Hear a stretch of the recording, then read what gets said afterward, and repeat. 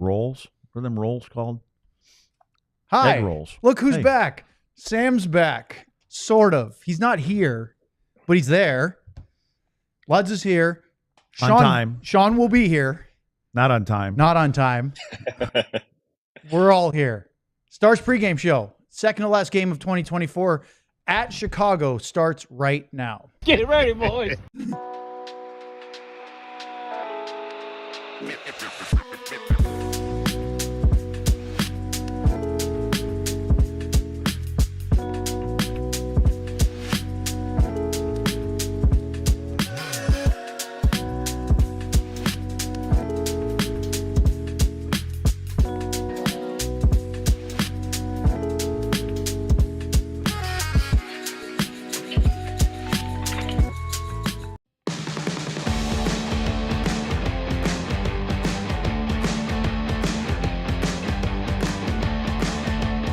Well, we've got two more in the 2024 calendar year, tonight and New Year's Eve, the annual game in Dallas coming up on Tuesday. This is the DLS Dallas Stars pregame show alongside Craig Ludwig. Our intrepid beat reporter Sam Nestler is back from parts SoCal unknown. Our other columnist isn't here yet. He's going to be a little late. We just found out. Sean Shapiro will be joining us here in the pregame show in a few minutes' time. And, of course, our producer, John, I think is feeling better than he was a couple of nights ago. Are you? Yes, a little better. It took me a little extra day to get there. One of those 24-hour recoveries. Luds wouldn't know what we're talking about, but no. He never needs to recover. Luddy is just like this the whole time. Sam, it's nice to see you back. You missed a pretty exciting, albeit disappointing, result game against the Minnesota Wild. And there's not great news about Mason Marchment because of it. And it seems like this is going to affect the Stars lineup for more than just a game or two. Oh, he's on mute. Somebody's muted you, Sam. Guest has muted themselves. Guest has muted themselves. See, he takes an extra day off, Luds, and see, I expect these kind of things to happen after New Year's Eve and maybe those days, but before we even get to the big partying. Now try it. Sam. Really? Sean's AOL. Am I good? Sam's muted. You're late. I haven't touched it. Well, you're I don't not. even know how to mute myself. Barely on time. That was another story. All right, Sam, let's talk about Mason Marchment. Yeah, I was just going to say, it feels like the guy can't catch a break. I mean, since he came to Dallas, it's just been, you feel like he's always on the ice. He's always getting hit with pucks. He's getting hit with sticks. And it was tough to see that when the first one happened, when he took the shot from Wyatt Johnston right to the face, came right back out and had a great game. But this one was obviously tougher and something he couldn't come back from. And you hope the week-to-week kind of scenario, it doesn't drag out too long. I know the big issue here is swelling, similar to Tom Wilson when he had the facial injury earlier a couple weeks ago when he actually played against Dallas. So just for Mason, you feel for the guy. He's in the areas, and that's why you love to watch him play. You love to see him go into those tough areas, and that's why he gets these sticks and pucks to the face. But you feel for him, and you hope obviously that he's back soon. That line just keeps getting hit with injuries here. So hopefully a sooner rather than later return for Marchment. What do you think this does to affect the group? Because they've already lost Tyler Seguin on what was the best line on the team to start the year with Duchesne and Marchment. Now they've lost the other one, and suddenly, Luds, 2/3 of their top producing line is on injured reserve. All you'd have to do is pull up the lines for tonight, right? That's what it does. I mean, you had Bork playing up on the top, right? You had Blackwell playing up on the top. Yep. They're no longer there. They're in the bottom two lines. Yep. I think the only thing I guess I worry about, and again, if it is Duchesne, Benn, and Johnston together tonight, which we it looks like that from practice yesterday. You know what? That's probably. I don't know. That's my point. Is I don't know. Yeah. You don't know, and the one thing that you worry about is chemistry. And yeah, they all know each other and they practice together every day. But it's a different thing when you're going to play with somebody. It's no different than a couple of defensemen that are used to each other, and all of a sudden, for some reason, a guy's in or out, and you end up playing with somebody else, and they want the puck in a different spot, or they're not quite as quick as the other guy that they replaced, or they shoot differently. So to me, it's just kind of getting your feet wet as this game rolls along with some different line mates. Sam, the big news of the day, aside from what we found out yesterday about Marchment's injury, is that Justin Hyrckowian is going to make his NHL debut tonight. The 23-year-old who was undrafted out of Northeastern, technically he was undrafted out of the USHL, then went to Northeastern for 3 years, has had a great season with the Texas Stars so far. He's been called up twice and unused, but tonight's going to actually count, and they need him. What are you expecting from this young man and the story that he brings? Yeah, I think he fits in really well. First of all, I love his story. You love seeing players that really push through all of the things, right? He not only played D1, he actually Pete DeBoer talked this morning about him playing with Pete's son at Salisbury Prep School in the 2018-19 season as kind of a prep for his USHL. Plays at Northeastern in the Hockey East. I'm always a big college hockey guy. He was a captain his final year there. So it's a cool story to follow. He's got, I think, 26 points in 26 games down in Texas. And every time I reach out to those guys down there, Steven, whoever it is, they bring up his name, right? And that's why he's been the one to get called up. 2 little fake outs for his NHL debut, and now finally we should see it. I expect him to be great. I really do. I'm not saying he's going to come out and score a couple goals, but I think he fits in really well, and his style of game fits in really well, and I think he's going to make an impact tonight. So when you mention the word style, tell me about his style, Sam. Like, is he a guy, like he's starting on the fourth line, but is he a grinding kind of guy, going to the net kind of guy, a defensive minded kind of guy? How would you describe him? He reminds me a little bit of Maverick Bourque in the sense that he can kind of do it all. He's a pretty good skater. He's physical. He goes to the net well. He can kind of score that goal any style that you want. I believe he was getting a lot of power play time down there as well. And I think that he's just the guy that can bring it to you 200 feet, which is exactly how I always say that's the best way to come in as an AHL guy jumping up for your debut, or whether it's, down the line a little bit. It's usually an easier jump because of what you just said, Luds. You're probably going to start out on a fourth line or a third line. You're not normally going to jump in and get top line minutes in your NHL debut. So his style kind of fits in. He's very responsible. A college hockey player, knew how to play the game. I think he won a couple of the Beanpot championships with Northeastern. So he's just someone who can kind of step in and play the role you need him to play. And I think that's exactly what they want to see tonight. John, get your Star Wars sounder ready in a second, because Luds, this really is an example of what the Dallas Stars have constantly said, that their AHL team is a meritocracy when it comes to who gets called up and when, because this is not Arttu Huru. This is not Mate Blumel. This isn't even Antonio Stranges, who's having a very good year. He's not one of the draft pick prospects that they've put a ton of time in so far. Now, they went out and signed him as a free agent out of college. That still means he's a prospect, but this is a guy who has earned his way to the top of the leaderboard right now for that call-up, and he's been on the radar a couple of times. What do you think that does in the development pipeline, that they don't just go, well, it's got to be the first-round pick, it's got to be this guy who has the blue chip? It's no. He's playing the best hockey. He's getting the call-up when needed. What I would say is what you're looking for, and obviously this is the guy that they're looking at right now, is you have a complete game.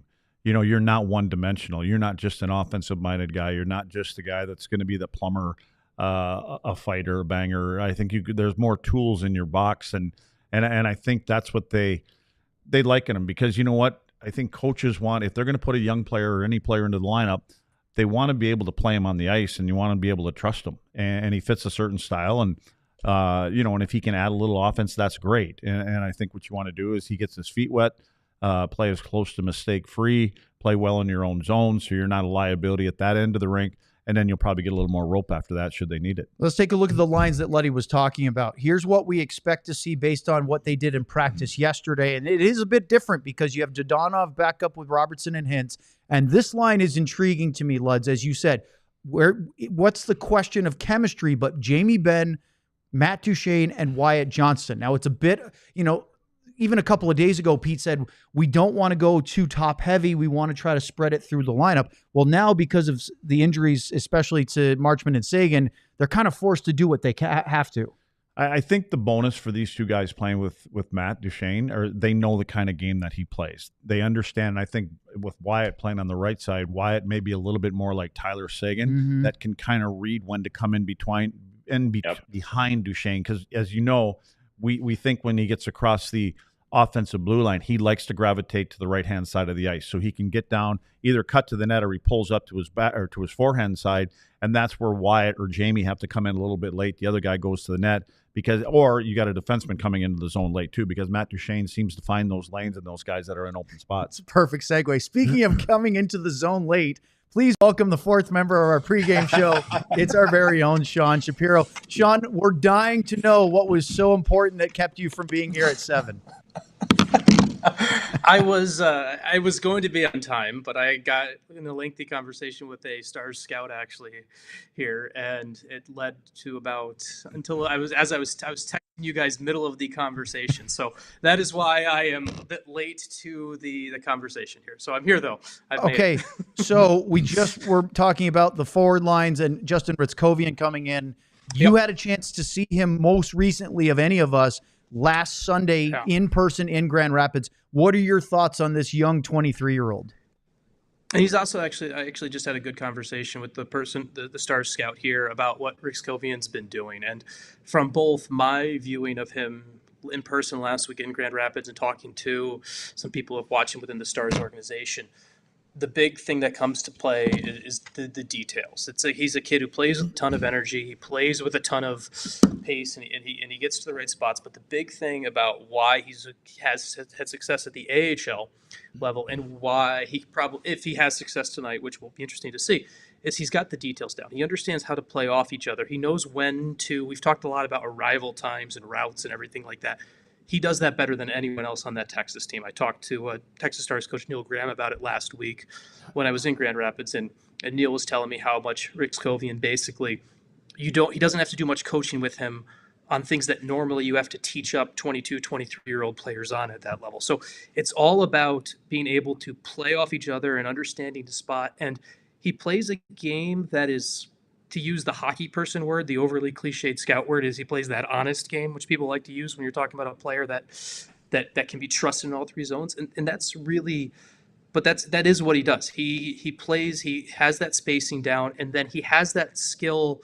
It's not going to be high-end skill. It's not the guy where like, oh, this is going to be a top 6 guy. He's going to be a goal scorer at the NHL level. But he has enough skill to finish and take advantage of those opportunities he creates by his discipline. By the way, in case people are curious about the decor for Sean, he's actually at Little Caesars Arena tonight, finishing up his coverage of the Red Wings game against the Capitals, and then he's going to watch our game and do our post game as well. I watched Lud's favorite distraction in person today, so that's what I did. Lud's what do you favorite think about said distraction? We'll maybe ask you more in the post game, but he scored again, didn't he? He scored again, and they lost 4-2. So it's exactly how Lutz would draw it up. I think we're getting 20. We're getting closer to that deal with CSKA Moscow hitting it. I think for Lutz. Sean, I really like you, and I'd like you more if you could show us a beer and a slice of pizza sitting next to you. Oh yeah. I don't. But I did find a spot. No beer or pizza. But I did like the room I stole here has like all the condiments for the medium room. So I love it. I got all the condiments and the printer and everything like that. Hey, Sean, I told John today I wanted to chat a little bit about you. There, Dallas was in the news again a couple days ago. Boy, there was a lot of headlines. Yeah, there was some big headlines here. And, and again, it's all about this fine and practice and stuff like that. And one of your articles that you wrote a couple days ago, which is obviously good again, as soon as this happened, it brought something back to mind that I thought I read. And just for the people that aren't watching, it says Spot also handles many of the day-to-day head coaching duties that allowed the board to focus more on the strategies and the X's and O's. Now, for example, Spot is the one who builds out the team schedule and logistics of day-to-day practices. Oh dear. So there's the well, I didn't want to. I don't want to throw him under the bus any more than. I mean, he's been ridden and driven over by the fans here, but is he in charge, so to speak? And go ahead and explain for the people that don't even know or haven't heard about the off day.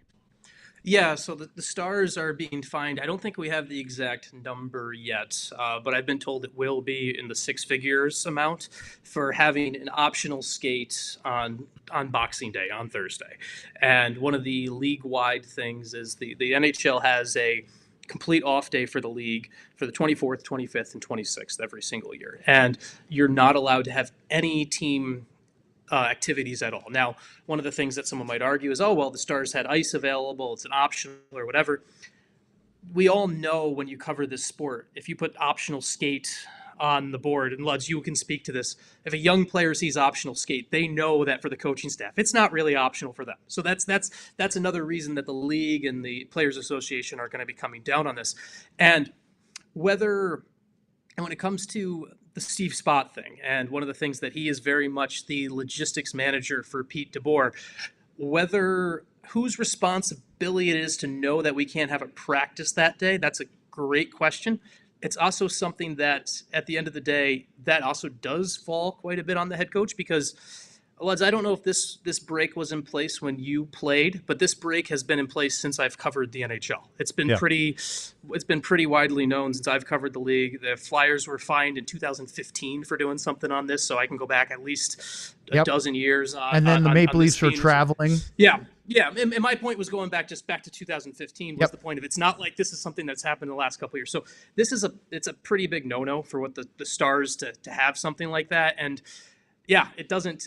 I know a lot of people drag and rip on Steve Spott and do the comments on this, but it certainly doesn't help. And people should go read that article. And one of the things that and we can talk more about this at length at another time as well. But one of the big things for me is, if you point out the Steve Spott stuff, it's the reason I wrote that piece, and I texted Sam to read through it a second time for me before it published, just because it's really important for me to, when you're talking about someone's job and things like that, it comes to, but these are other elements of his job that for the entire time it's always been, oh my gosh, the power play was 0 for 5, the power play was 0 for 7 or whatever. And it's okay to judge him for that, but there's also other things that you have to account for. And now that detail's out there, you can use that as more of a detriment, which certainly looks like it sometimes, or you can it's just for people to have a little better picture of how things work. And like, I talked to somebody from someone who knows that staff pretty well and has played for Steve and Pete before. And they said really one of those things where they were very fascinated. It's like, they don't know if Pete could be Pete without Steve Spott, which is a fascinating comment from someone. And well, Sean, would you share with everybody the comment you made to me earlier today about McClellan and his deputy in Detroit with the new coaching change for the Red Wings? Yeah, so one of the big things that happened here in Detroit was Tom McClellan comes in, and basically not the only way Tom McClellan was taking the job, but when he was talking in his negotiations with Steve Yzerman, the GM of the Red Wings, was, I need to bring Trent Yawney with me, because Trent Yawney is my guy that this is from Todd McClellan's perspective, Trent Yawney is who lets Todd McClellan be Todd McClellan. If I'm going to be the hard ass that pushes guys and everything like that, I need Trent Yawney. And that is something where there's coaches who they need that support, that person, whoever it is, to be themselves. And it's not uncommon for Pete DeBoer to have his guy, but it is something where you do have to I guess when he has become your guy, he becomes part of the view in the mirror for, like, all the time we talk about Steve Spott and his power play and this power play. Maybe just from a perspective on this show, we should be circling it back more on Pete DeBoer of, like, as I said, Steve Spott spends more time figuring out the schedule and the logistics and everything like that. He's the one who's got the earpiece in talking to the video room when Pete DeBoer is the one doing the X's and O's. So maybe that mirror and that pressure we've all been talking about, fire Steve Spott. I'm not saying fire anyone. I'm just saying these are details. Maybe more of that blame needs to be circled back on the head coach if this is the way it's set up. Yeah, I just think for all these coaches that have been in the league for a long time, they have their guy. They have the guy that they trust. They, trust doing all the, like you said, the logistics. They have their back. I thought, Sean, as far as that whole possible fine, all this stuff had to do with having a coach on the ice during that time, not just the players being on the ice, but apparently there was a coach on the ice. There was. Do you know which coach it was? I don't know which coach it was. I unfortunately, obviously, I didn't see which coach it was. It's funny where one of the ways that the Stars got outed on this was effectively Pete DeBoer in his pregame comments on Minnesota mentioned, just what it was like having the young guys on the ice yesterday and working with them. He mentioned it. And now the wording Pete used makes it hard to tell whether Pete was actually officially on the ice with them or an assistant was. Either way, that's kind of how it got outed. And I've learned since this is all broken. And and I think it might be out there, but if not for our listeners, viewers, whatever the terminology we use for this, for the pregame show, the fact of the matter is Bill Guerin, the Wild GM, found out about it during the game on Friday. And yeah, the reports, I believe, were he found out during the third period. Yeah. And so, and effectively, the Wild had to travel that day, right? The Wild, they couldn't, the Wild had to travel Friday morning, fly to Dallas before a game, and they followed the rules. And all of a sudden, and they had a 7 a.m. flight out of St. Paul, Minneapolis, St. Paul, to get to Dallas in time to have their 11:30 morning skate. And so you can understand how, from a Wild perspective, from a Bill Guerin perspective, you're going to be a little bit ticked where it's like, hey, we're following the rules. My God, I'm not flying. Like, it's funny. When the Maple Leafs flew in 2022 and took the 100K fine for flying the day before, the players and the Maple Leafs staff all agreed to it. Like, it was one of those things where it became a whole, like, crackdown, and the league said you can't do that, but all the players agreed to it so they could sleep in the next city the night before, and basically the Maple Leafs decided, well, we're going to eat that 100K fine. This one is where the Wild were the visiting team. They followed the rules, and you can imagine where it's like, well, hey, we're following this on a flight perspective, and they're practicing on Thursday. It's even if it's not a full practice. So that's where, Bill Guerin really raised a big stink about it, from what I understand. And that was, and the other thing is, for the Stars' perspective, there was a league-wide memo sent out on the 23rd, just reminding to all 32 teams, a league-wide memo sent out of, hey, remember, next 3 days, they're black. You can't do anything. Just example where I am in Detroit right now. The Red Wings hired a brand new coach on Thursday. They're not allowed to. One of the reasons I actually looked, one of the reasons the Red Wings, Red Wings, Todd McClellan wasn't actually allowed to do much of anything the day he got hired officially, because he could technically be violating that agreement, right? Like, even though he just got hired on Thursday, the 26th, McClellan texting the team or whatever, it could be like a coach working and forcing the players to work on the 26th. That's why they had to wait on everything. So the Stars have no excuse for not knowing about this and what they did. And it is and it's a great question for Jim. I mean, Jim Nill will probably say all the right things. He will probably protect everyone and be like, it's a mistake and everything like that. But it's the fascinating truth serum that we'll never get of who's really responsible. Is fascinating to me that we'll unfortunately never know. I'm disappointed in Billy getting pissed off about it. I mean, he knows it. If you ain't cheating, you ain't trying. You think? Yeah. You don't think he'd be? But I mean, I just love it. It's just a little more. It's a little more gas on the Steve Spott Inferno right now. It is. Well, Yes, here's my cynical question to the panel here.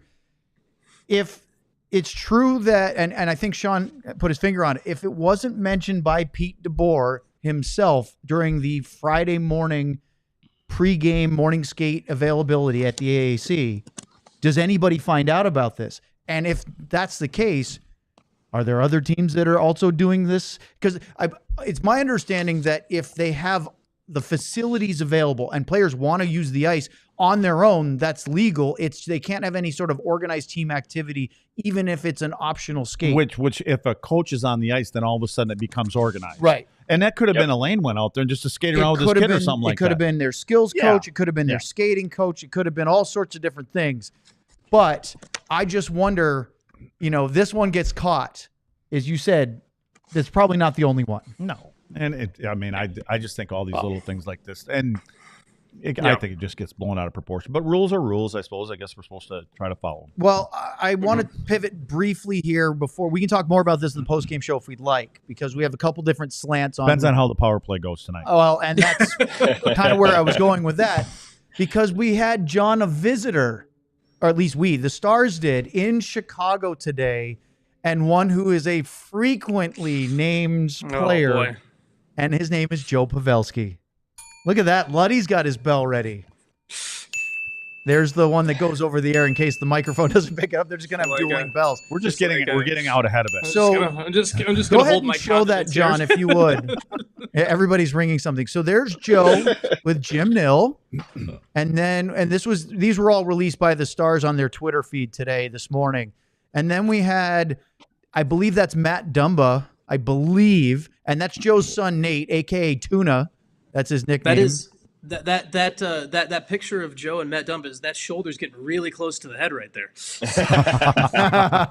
Well, isn't that kind of interesting, because you have Dumba and Pavelski sort of greeting each other, knowing what happened in the playoffs 2 years ago. Okay, next one.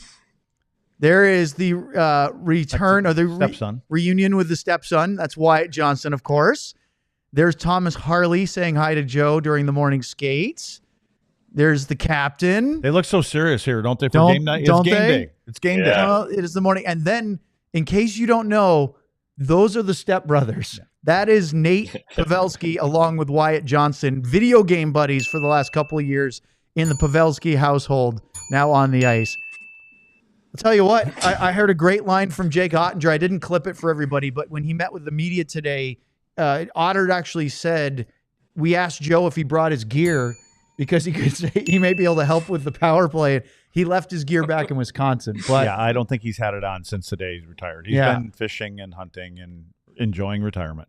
But it's not a far drive from Wisconsin down to Chicago, especially where he lives. He doesn't live up in Eagle River. No, he's like 2 hours south of where I am. So he's probably about 4 or 5 hours from Chicago. 4 or 5 hours still? Oh, yeah. It's like 7 hours from Wisconsin, from where I'm from. Yeah. Right, but from where you are, but from where he is. He's only south of me by an hour and a half. Oh, okay. So it's not like it's from Madison where it's about an hour. He's halfway to Madison. Okay, so he's still up there. What is he, up near the Dlls then? He's actually right there. That's where the Dlls are. Home There's of your like geography the most water parks, I believe, indoors is up in the Wisconsin Dells, as I discovered about 20. And then we got some buffoon on this show that's in California right now. We do. Yep, still. And another one in Detroit, of all places.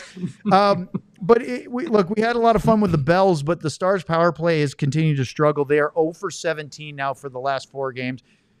Sam, we'll start with you because you weren't here on Friday. Once again, a game where a power play goal would have done a lot of good didn't happen for the Stars. Yeah, I come right back to what Pete talked about, which is that they're making their margin of error way too thin, and that was just another perfect example in that game. If they deserve to be up 3-4-0 in that game, and if they are, that comeback probably doesn't happen at all, or it falls short, right? And the fact that they weren't able to put in that extra goal I believe it was over 3 on the power play in that game. So the power play is obviously a big part of it, but the 5-on-5 does it as well. They just never seem to pull away enough. And then when that big mistake or that comeback, that surge happens, they find themselves tied or losing rather than up, 2 or 3 goals, 1 goal, and still having a little bit of margin of error. So they're just cutting it too tight, and the numbers back that up with their 5-on-5 and power play scoring over the last month, almost 2 months now. And it's something that's got to change because they can't live on that line for very long, and we're seeing it over and over again. That word right there. Hey, Sean, I don't know if you heard it. I'm sure you did or read it somewhere. But in some interview, I heard Pete DeBoer say when somebody brought up the power play that he said it's on us coaches. We got to make some changes. Basically, let's quit picking on one guy. And so I'm just curious of what kind of changes they can actually make, whether it's going to be putting somebody out there, maybe mixing up a couple units. But it'll be interesting to see if there are some changes that are made tonight. Yeah, it's funny because I just watched a game here in Detroit, and Owen, am I allowed to swear on this show? Are we on a fast channel? What's the rule right now? I believe you have to kind of keep it. No, we are on a fast channel. PG. We're on a fast channel. You cannot swear. Yeah. Okay, I double checked that first. So if I can do it, you can do it. Yeah, I know. And so Detroit's power play has been not good lately. And the other day at practice, Todd McClellan in his first practice says, "Well, we could hear him visibly yelling at players here, saying, let's effing play hockey. You've done it your entire lives." Obviously, he actually said the proper word as opposed to that weird PG-13 version of it. And you're watching Detroit play tonight on the power play, and players are moving in and out. It's much less structured. Guys who have some of that creativity are just willing to do it. And honestly, it's just you look and you watch one NHL team do it, and you think about, well, can you see another team do this? And the answer is yes. It's one of those where maybe when you talk from a coaching perspective, it might just be taking some of the control away from the coaches as a coach and say, you know what, just have fun with it and see what you're going to do. Because right now, I watch the Stars power play. It's rigid. They do this. It's like if the little Jason Robertson shot pass option doesn't work, everyone else falls apart. Well, maybe you just say, hey, guys, just have fun with it. And maybe that could be the way to unlock it. We always talk about switching this or changing this and everything like that, which is a very much like a punishment style thinking of coaching from it. But maybe the simplest way for this, and maybe the thing is like, you know what? We're not going to run a power play practice. I want you guys just to have fun with it. And maybe that's the way to do it. I don't know if that's the solution, but I saw it work for another NHL team in person earlier today.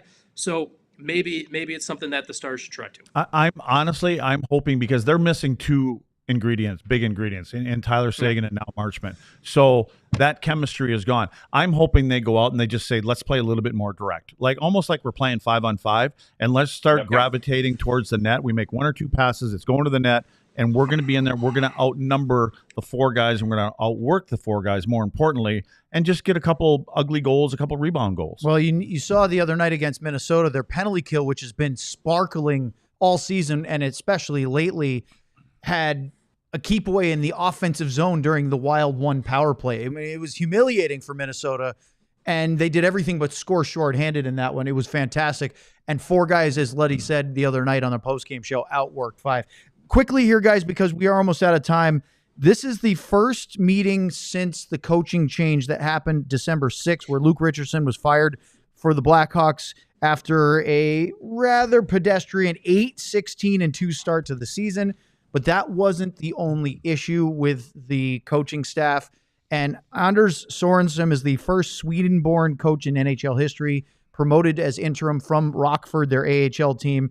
They've gone 4-6 in the first 10 games under him, but they've lost 3 in a row. Letty, it wasn't just about losses under Luke Richardson, was it? No, I mean, it's the development. I think there were things going on there. It's coming apart. It's coming apart. It seems. I mean, their points percentage is .361.